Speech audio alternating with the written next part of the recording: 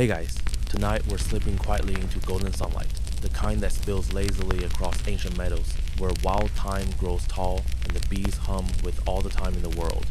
You're standing in a field that smells like warm grass and distant olives. And up ahead, that blindingly radiant figure striding toward you in an unnecessarily dramatic linen tunic. Yep, that's Apollo, sun god.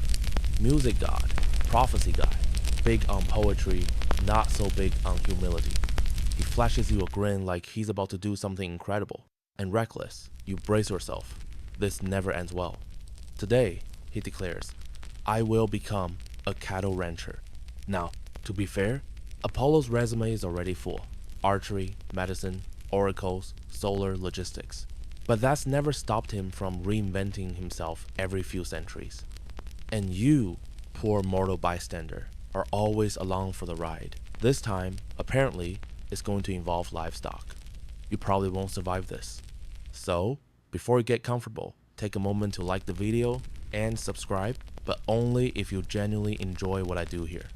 And hey, post your location and local time. I love seeing where you're all tuning in from.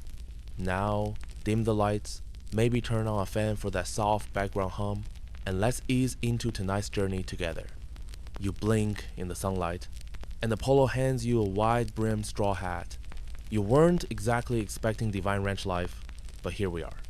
He strides confidently into the field, looks around with purpose, and frowns. Where, he asks, are my cows? You look around too. There are no cows. Not a single moo in earshot. A suspicious butterfly flits past. Didn't you? You start. Already have cattle? Apollo waves a dismissive hand. Of course. I mean, theoretically, I've definitely talked about owning them. So begins your first problem. The entire ranching operation is based on an imaginary herd. Classic Apollo. Divine delusion meets ambitious project planning.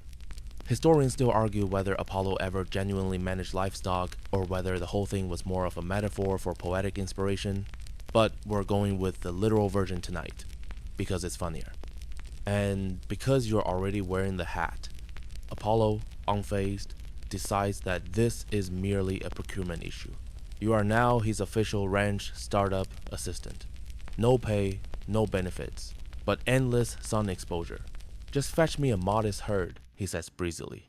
20, maybe 30 celestial cows. Nothing too fancy.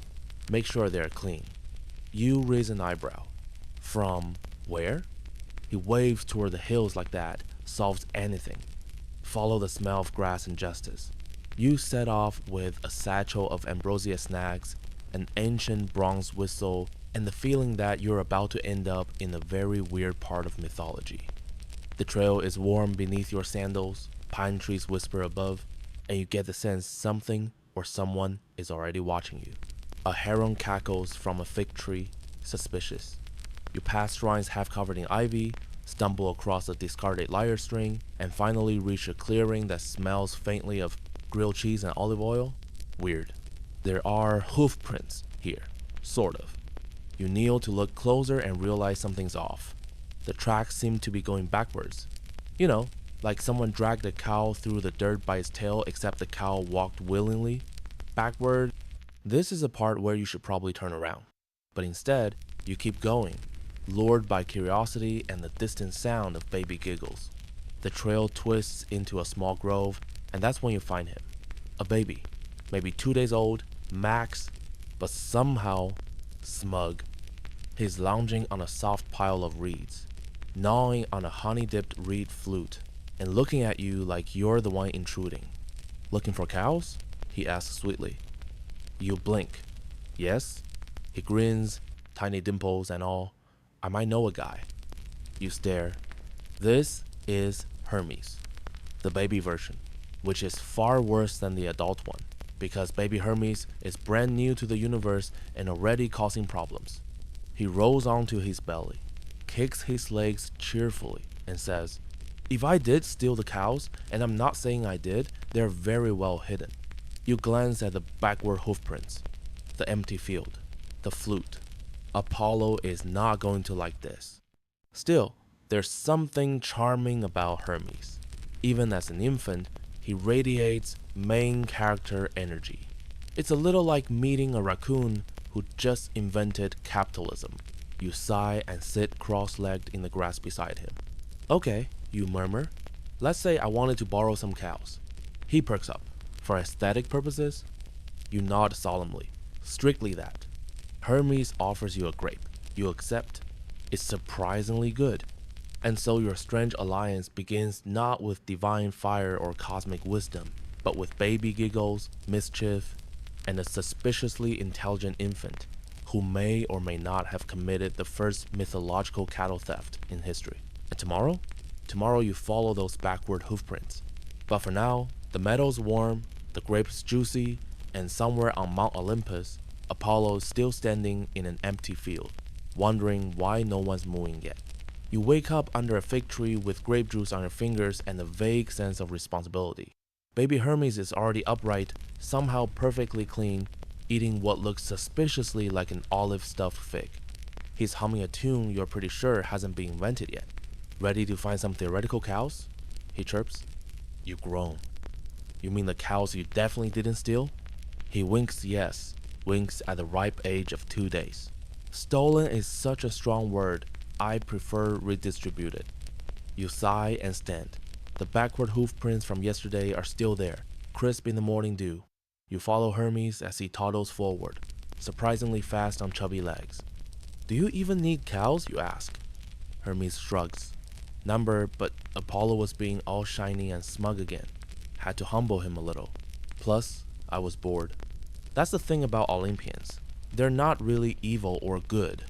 Mostly they're just easily bored, and dangerous when they are. As you follow the hoofprints, Hermes fills you in between burps on how he found the cows grazing peacefully near Perea and decided they look better hidden in a cave, somewhere very inconvenient. The cave, of course, is miles away. You cross hills that smell like rosemary, wade through rivers so cold your bones complain, and get packed by unusually aggressive goose. Hermes claims it's a friend. Named her Thalia. She guards my backup sandals. Historians still argue whether Hermes actually trained animals to help him commit elaborate schemes or whether this story grew out of later bardic exaggerations. But either way, the goose definitely has an attitude. Eventually, the terrain changes rockier, wilder. You spot signs, broken laurel twigs, a dropped plectrum, a cowbell wedged in a tree fork. Getting close, Hermes whispers. Then you see it. A cave mouth, cool and shaded, with hoof scrapes on the stone and the faint smell of wet fur and stolen dignity. You hesitate. Hermes doesn't. He marches in like he owns the place, which, to be fair, he sort of does now. Inside the cave, it's surprisingly peaceful. A dozen cows lounge on soft moss, chewing cud and looking vaguely ashamed. One's wearing a wreath, another appears to be humming. Welcome to Kasamu, Hermes announces. You kneel beside the nearest cow. Its ears twitch, and it lets out a small, guilty moo. You try not to laugh. What did you feed them? Ambrosia-dusted hay. They're spoiled now. He points to a side chamber where there's a hand-carved flute and what appears to be the first proto-lyre, strung with sinew and polished walnut shell. Also invented music yesterday? You're welcome. You squint, wait. You stole Apollo's cows, and then invented the lyre with their guts? He beams. Not all of them, just a few bits, very respectfully. That's how mythology works. Casual anatomical creativity, divine tinkering, zero concern for practical ethics.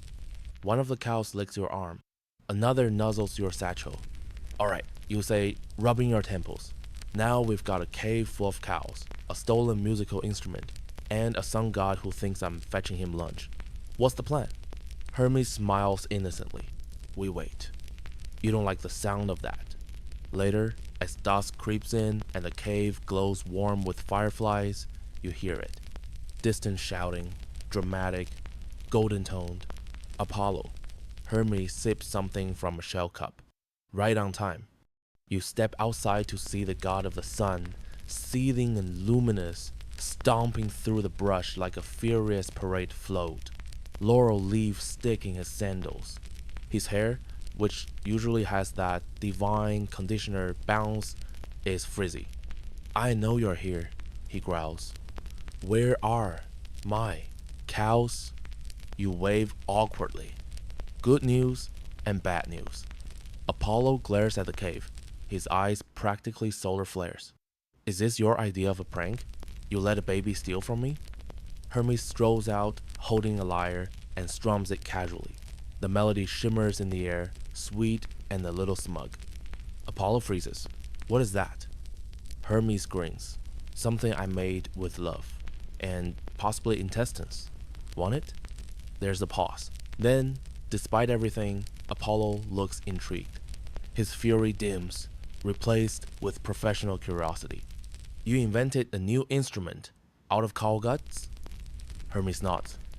Technically, they're inside bits, but yes. Apollo turns to you.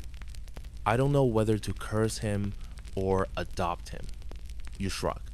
He's very persuasive. And that's the odd truth. Despite the theft, the deception, and the backward hoofprints, Hermes has that uncanny ability to charm anyone. Even a god who's just realized his divine authority means very little against sheer baby audacity. Historians still debate whether this moment marks the invention of musical diplomacy or just another chapter in the gods' ongoing petty squabbles. Either way, you're standing in a pine-scented clearing, listening to a glowing toddler strum a proto-lyre while Apollo fumes in confused admiration. And deep in the cave, the cows moo softly, as if applauding. The sun has dipped lower now, slanting through pine needles and casting lazy golden stripes across Apollo's bewildered face. He stands there, still glowing faintly, like a lantern that hasn't quite figured out it's been turned off. His gaze is fixed on Hermes more specifically, on the lyre in Hermes's chubby hands.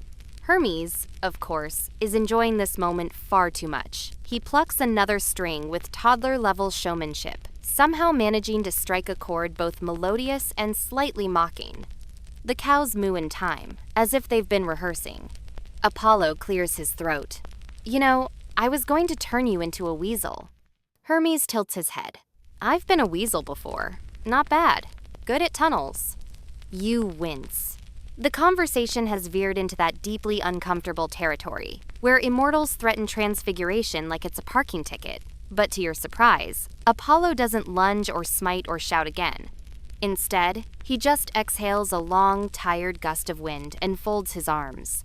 All right, he says, let's talk about these cows.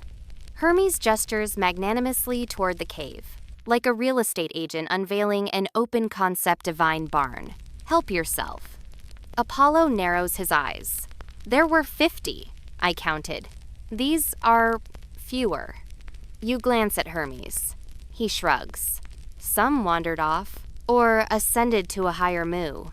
It's at this exact moment that Zeus appears, because of course he does. Nothing gets Daddy Thunder's attention like sibling squabbles and potentially musical inventions. He shows up without warning, in a rumble of air and the scent of toasted pine cones. Is this about cows? Zeus booms, sounding faintly bored. Apollo points furiously. He stole them, all of them, and used their entrails for a lyre. Hermes holds up the lyre. It's very expressive. Zeus rubs his temples. Why is it always cows? You nod quietly in agreement. Why is it always cows? From Egypt to India to Olympus, sacred herds seem to cause more trouble than they solve. But Zeus isn't just here to lecture. He's here to judge. And you're now standing in the middle of the first and possibly last Olympian family court hearing, with cows. Apollo makes his case first, describing in great detail the loss, the indignity, and the betrayal. He gestures frequently, using phrases like a mockery of divine authority and cow-based humiliation. He's clearly practiced. Hermes, being 2 days old, decides to take the adorable route. He sits cross-legged, the lyre in his lap, and begins playing a slow, aching melody that sounds like starlight falling into a well. It's unfair, it's manipulative, it's genius. Even Zeus looks misty-eyed for a second. That's surprisingly lovely. Thank you, Hermes says modestly, plucking a string. I call it Ode to Forgiveness and Possibly Cow Theft. You glance between them. This isn't going to be a normal trial. Apollo rolls his eyes. So he plays a tune and gets away with it? Not just a tune, Hermes adds. I'm offering the instrument to him. There's a pause. A long, deeply suspicious pause. Apollo stares. You're giving me the lyre? Hermes nods. Consider it a peace offering. One artist to another. Historians still argue whether Hermes truly invented the lyre for the sake of music or whether it was a last-minute bribe. Either way, it works. The moment Apollo lays his hands on the lyre and plucks a string, something shifts. His eyes widen slightly. The corners of his mouth twitch upward. He strums again. The cows sigh in approval. You suddenly realize that you've just witnessed the moment Apollo fell in love not with a person, but with an idea. A new sound, a new form of expression. The sun god, already patron of music and poetry, has just acquired a divine upgrade. You made this from a turtle shell? He asks, examining the back. Hermes beams. Recycled materials. Very sustainable. Zeus nods, already drifting upward into the clouds. Problem solved then. Play nice. And just like that, the thunder fades, and the family court is adjourned. With Zeus gone and the tension dissolving, Apollo finally looks at you. You're the one who's been following him around? You nod. Unwillingly, but yes. Good. You'll help me now. With the cows. Wait. What? You mean wrench them? Obviously, someone has to. Hermes is grounded. Hermes snorts. I'm 2 days old. I invented shoes yesterday. Apollo hands you the lyre. Hold this, I need to make a corral. And just like that, you've been recruited into divine agricultural labor. No training, no warning. One moment you're mediating a god-baby dispute, the next, you're holding an instrument made from cow bits while Apollo tries to build fencing out of sunbeams and laurel branches. You look over at Hermes. He shrugs. You get used to it. As night settles and stars bloom overhead, you help Apollo coax the cows into a makeshift paddock. He sings to them softly, awkward at first, but then smoother, more melodic, his fingers already picking up the lyre's language. And there, amid moss and divine mooing, you realize something absurd and kind of beautiful. This might actually work. You're awoken the next morning by a cow licking your forehead. It smells like ambrosia and wet hay. You wipe your face with your sleeve and sit up slowly, surrounded by cud-chewing immortals. Apollo is standing barefoot in the middle of the paddock, arms raised to the rising sun like he's summoning breakfast from the sky. He isn't, of course. You're the one expected to cook. Hermes is nowhere to be seen. Apollo turns to you, beaming. It's wrenching day. Again? You mutter, brushing straw from your tunic. Wasn't yesterday wrenching day too? Yesterday was cow retrieval day. Entirely different. He gestures with a dramatic swoop. Today, we manage the herd. You sigh and follow him around the field, stepping carefully to avoid cow patties that now dot the area like divine landmines. Apollo has brought tools, or what he claims are tools. A lyre, obviously, a laurel wreath for cow morale, and a scroll containing an elaborate schedule broken into musical intervals. It's important, he says, tapping the parchment, that cows feel rhythm. You suspect he's making this up. But then again, historians still argue whether Apollo actually developed an early form of cow mood theory involving harmonics and seasonal rituals.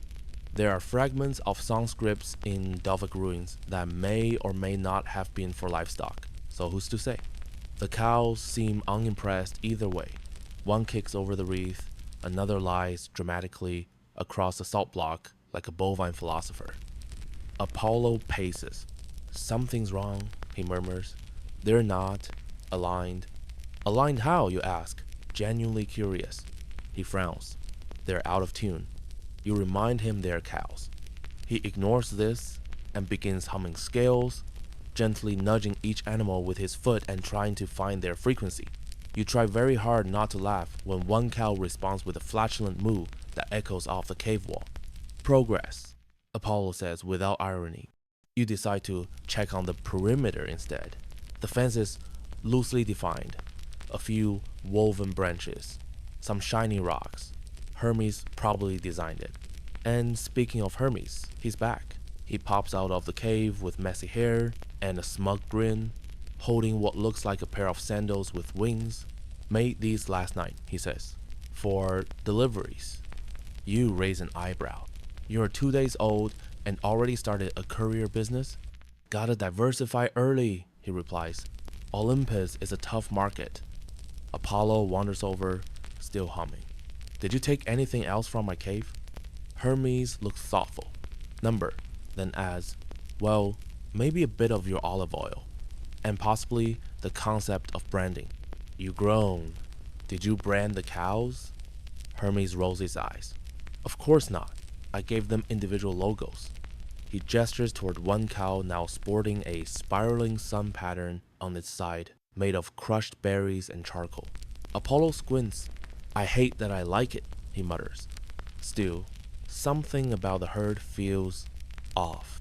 You climb a nearby rock for better view and notice it. The tracks. They're all over the place. Hoofprints looping around in spirals, zigzags, and tight figure eights. Some aren't even connected to anything. You hop down and kneel beside one. It's deeper than the others, and it's backward again. You call Apollo and Hermes over.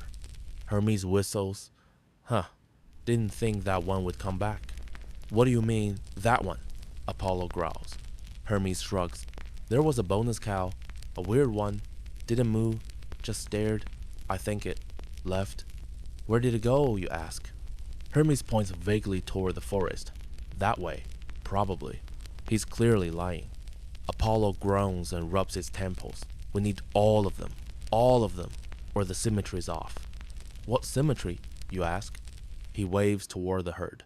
I arrange them in a 12-cow zodiac formation. It's for cow harmony. You blink. That's not how zodiacs work. He frowns. Then why do all horoscopes mention Taurus? You consider arguing, but let it go. Historians have uncovered vague references to Apollo's interest in symbolic herd arrangements during certain temple festivals, but most scholars agree it was likely metaphorical. Still, this is Apollo. He would definitely choreograph cattle if left unsupervised. Eventually, the three of you decide to hunt the missing cow. You trek through the forest, Apollo radiating golden irritation, Hermes skipping and inventing games like Tree or Nymph, and you wondering how your life turned into a mythical cattle search. The path grows narrower. Strange plants line the trail, twisting vines, fragrant blue flowers that buzz faintly. Hermes sniffs one and immediately hiccups bubbles. Apollo sighs. Stop touching things. Hermes burps a cloud of bees. Finally, the trail ends in a small glade. And there it is, the missing cow, standing perfectly still, staring directly at you. Only, it's glowing. Just a little. What is that, you whisper? Apollo stares. I don't know, but it's definitely not mine. Hermes leans in. Might be something I borrowed from the underworld. Accidentally. The cow blinks slowly, then vanishes. You scream, quietly, in your soul. Apollo throws his hands in the air. That's it, I'm done. You expect him to storm off, but instead, he flops down in the grass and sighs dramatically. I just wanted to try something new, he says. A peaceful, sunlit life. Music, milk, maybe cheese. You sit beside him. Maybe cattle ranching just isn't your divine calling. Hermes lands beside you with a thud. You know what is your calling, though. Apollo raises an eyebrow. Hermes grins, making epic failure look extremely poetic. The sun sets behind the trees, and for a moment, all three of you sit quietly. No glowing cows, no backwards hoofprints. Just a fading light, the rustle of olive leaves, and the distant, contented lowing of your slightly chaotic herd. The morning mist clings to the ground like a lazy toga as you trudge back to the paddock. Apollo trailing behind you with his sandals in one hand, and an existential frown on his face. Hermes, of course, is already there, perched atop a rock like a small smug hawk, playing a new tune on something that looks suspiciously like a double-reeded recorder. You think it might be made from a hollowed fig branch. You don't ask. So Hermes calls, "How's the ghost cow situation?" "Unresolved," Apollo mutters. "Unbothered," you add. "The cows are all accounted for minus the mysterious, possibly interdimensional one." You try not to think about it. One cow licks Apollo's hand. He lets it silently. The mood is complicated. After a while, Apollo sighs and says, "Let's try again." "Try what?" you ask. "The ranch. The routine. The whole celestial cow lifestyle thing. I'm not quitting after one haunted bovine and a musical bribe." You blink. "So you're serious about being a rancher?" "Of course. I'm a god. I commit." Hermes mutters, "For at least a week." And so, Ranch Day 2 begins featuring the first official feeding, led by Apollo's completely untested sun-infused grain recipe, which he claims promotes harmony and shinier hooves. You are not sure the cows agree.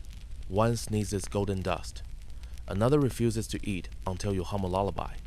You do it, because this is your life now. Still, the morning isn't all chaos. There are moments, brief, peaceful ones, when the cows munch contentedly and the air smells like time and promise. Apollo strums the lyre idly, the sound mingling with birdsong.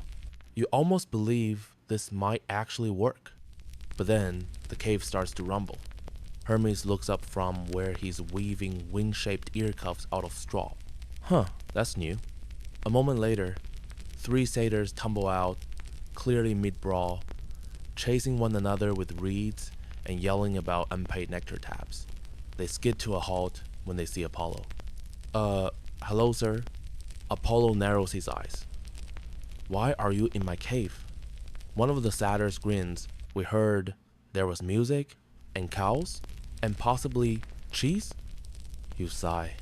It's begun. Word's gotten out. You'd forgotten that Olympus gossip travels at roughly the speed of divine thought. It doesn't take long before more visitors start trickling in: wood nymphs, minor deities, curious dryads, even a mortal poet who swears the cows appear to him in a dream. Apollo seems flattered. At first, he welcomes them with a little performance, just a few verses about sun-drenched fields and the joys of dairy stewardship. The crowd claps. A cow joins in with a perfectly timed move. You think, okay, maybe we can roll with this. And then someone says, "Can we rent a cow?" That's when the trouble really begins. Apollo hesitates. I mean, possibly? Hermes, ever the opportunist, is already taking orders. 1 drachma per pet, he says. 5 for a song, 7 if the cow dances, 10 if I narrate it as a dramatic monologue. The nymphs line up. Someone pulls out a tambourine. You watch as your sleepy little cattle operation turns into a full-blown pop-up festival. There is cow-themed poetry, impromptu lyre battles, and somehow a divine cheese-tasting tent. Apollo tries to keep control, but it's like herding mythical cats. One satyr challenges a cow to a staring contest. The cow wins. The poet starts composing an ode titled, "To a Cow I Met Upon a Tuesday." Someone paints a portrait of Hermes mid-wink and gives it to you. You don't know what to do with it. You hang it on a fence post. In the midst of the chaos, Hermes sidles up to you. "This is going great," he says, munching a honeyed fig. You stare. "This isn't ranching, it's divine performance art." "Exactly," he says. "It's a brand now."